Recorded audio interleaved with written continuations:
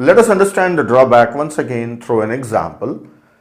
See, these people are standing in a queue and this person is providing some service, so he is handling a counter. This is a counter. And the people are coming and going in FIFO fashion, that is, they are forming a queue. So if a new person comes, he will come and stand here. And whose turn is now? This person. So when he has finished his work, he will leave.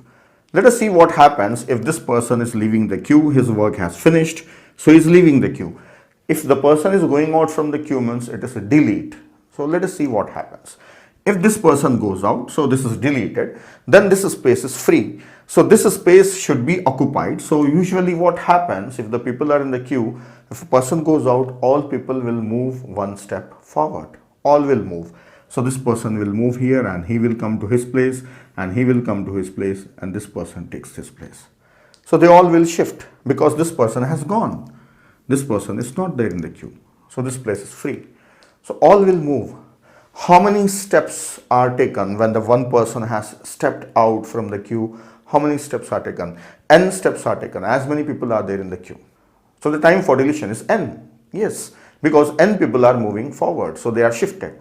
So instead of that, if this counter can be moved or this person can move, if this person just takes one step and move forward, then we don't have to shift all these people. This place is vacant, so he can move forward. So this is what the idea we will use for implementation of queue using 2 pointers in an array. One pointer we use for insertion and one pointer we use for deletion. So it means instead of shifting the elements, we will move the pointer. So let us see the implementation. For that, I have taken a queue here. I'll explain how this queue works. So here I have taken a fixed size array and the size of an array is 7. And I have 2 pointers. Front, for that I have written just F, and rear I have written R. Initially they are at -1.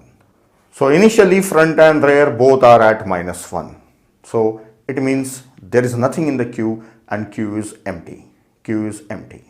So right now you can see that both are at -1 and also both are equal. Front is equal to rear. Yes, queue is empty. Let us see how to insert elements. For inserting an element, I should move rear pointer to a next location and insert an element.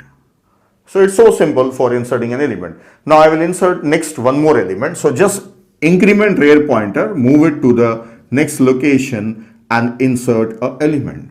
So how much time it is taking for inserting an element? Just constant time it is taking. I'll insert few more elements. I have inserted few more elements. Rear is pointing on the last element, that is recently inserted element. First element is at index 0, but still front is pointing on -1. Now let us see how to delete. For deleting an element, first of all move front to a next location and take out that element. Delete that element. So easy. Just move front and take out the element. Let us delete one more element. Move front to the next location and delete the element. Oh, this is very easy. How much time it is taking? It is taking constant time. Just move front and delete the element. So simple. Yes, the idea here is same as the example of what I have explained you now, that counter is moving, the table is moving, people are standing in their own places. This counter is moving forward. And one more thing to observe, I am keeping front pointer before the first element, not upon the first element. Whereas rear is pointing upon the last element. Front is pointing before the first element. So logically, if you see the counter, that counter will not be upon the first person, right? It will be in front of the first person. So front is acting like a counter. So it is pointing before the first element. So now both NQ and DQ operation, that is insert and delete operation, are taking constant time. So our queue has become faster. So with the help of 2 pointers, it became faster. So both NQ and DQ operations are taking constant time. Now let us look at the condition. When do you say queue is empty or queue is full? Now let us look at the condition. When do you say queue is empty and when do you say queue is full? So I have few elements here. I will delete few more elements. I want to delete one more element. So the method is move front and make it point here and delete the element. I want to delete one more element. So the method is move front first and delete the element. That's all. Now there is nothing in the queue.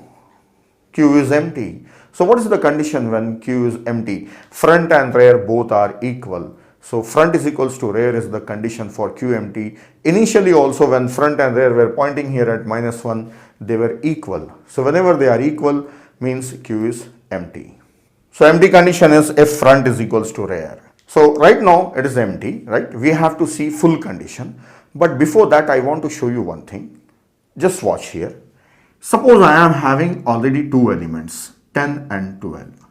And front was pointing before the first element, right? Now you may think that why not it is pointing upon first element. So let me do it. If it is pointing upon first element, let us say it is pointing from the beginning, it is pointing on first element only. Let us assume. Now I want to delete. So that element will be deleted. Then where front should go? It should go to the next element because this is the next element present there. There is no element present here now. So front should move. Okay, front has moved. Now is there any element available? Yes, there is an element available, right? But is the Q empty? No, it's not empty. Then what is the condition? Front is equals to rear. Front is equal to rear now. How it is not empty? So this is a problem. Okay, if we say that front is equals to rear is not an empty condition, then one more element is there. Okay, delete that also. So if I delete this element, then I should move front to the next location. Yes. Now what is the condition now? Front has become greater than rear. Now Q is empty. So if you say that front should point upon first element, then you have to write this as a Q empty condition. What is that? Front is greater than rear. So if you want, you can implement it like this and you have to make front point upon the first element. But I prefer that front pointing before the first element is more comfortable. So I am following that method. Because it gives a meaningful condition that front is equal to rear. Okay, it is empty. Now let us insert few more elements in the Q and see what is a full condition. I want to insert one more element. There is no space because Q is full. So how do you say Q is full? What is the condition? See, rear is pointing on 6 and the size is 7. So rear is equals to size minus 1 is a full condition. So here I write Q full condition. So Q full condition is rear is equals to size minus 1. So we have studied how to implement a Q using array and two pointers.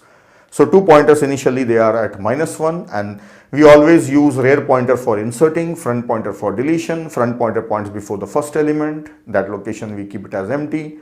And when front and rear both they meet and they are at same place, then the Q is empty. If rear has reached the end of an array, then Q is full.